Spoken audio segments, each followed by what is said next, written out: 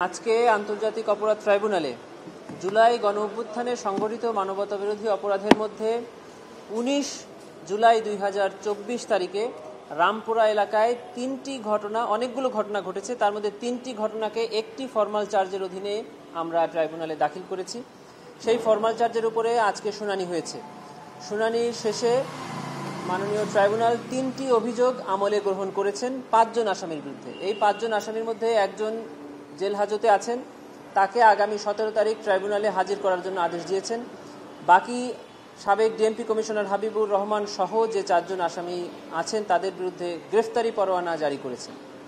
এটি ছিল আজকে এই ট্রাইব্যুনালের প্রসিডিংস। এই ৩টি অভিযোগ আমরা প্রসিকিউশনের পক্ষ থেকে এনেছি। তার মধ্যে একটি হলো, জুলাই গণঅভ্যুত্থান চলাকালে ১৯ তারিখে রামপুরা এলাকায় একটা নির্মাণাধীন ভবনে আমির হোসেন নামে একজন ব্যক্তি, যিনি পুলিশের গুলির ভয়ে একটি কার্নিশে ঝুলে আশ্রয় নিয়েছিলেন, কিন্তু সেখানে গিয়ে খুব কাছ থেকে তাকে পিস্তল দিয়ে ৬ রাউন্ড গুলি করা হয়। এটি একটি অভিযোগ। আরেকটি অভিযোগ হলো, মুসা নামে একজন ৬ বছরের নাবালক, সে তার দাদির সাথে তাদের ঘরের মধ্যে অবস্থান করছিল। ১৯ জুলাই ২০২৪ তারিখ রামপুরা এলাকায় পুলিশ আন্দোলনকারীদের উপরে যে গুলি ছুটছিলেন তারই একটি বুলেট এই ৬ বছরের শিশু মুসার মাথায় লেগে বের হয়ে তার দাদির পেটে লাগে। সেখানেই দাদি মারা যায়। মুসাকে চিকিৎসা দেওয়া হয়, তাকে সিঙ্গাপুরে নেওয়া হয়, চিকিৎসা শেষে তাকে দেশে আনা হয়েছে। সে এখনো জীবিত আছে, কিন্তু কথা বলতে পারে না।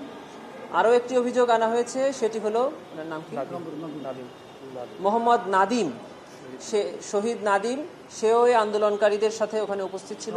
পুলিশের গুলিতে সে ওখানেই ১৯ তারিখে রামপুরা বনশ্রী মসজিদের সামনে জুমার নামাজ শেষ করে বের হওয়ার পরে তাকে গুলি করা হয়।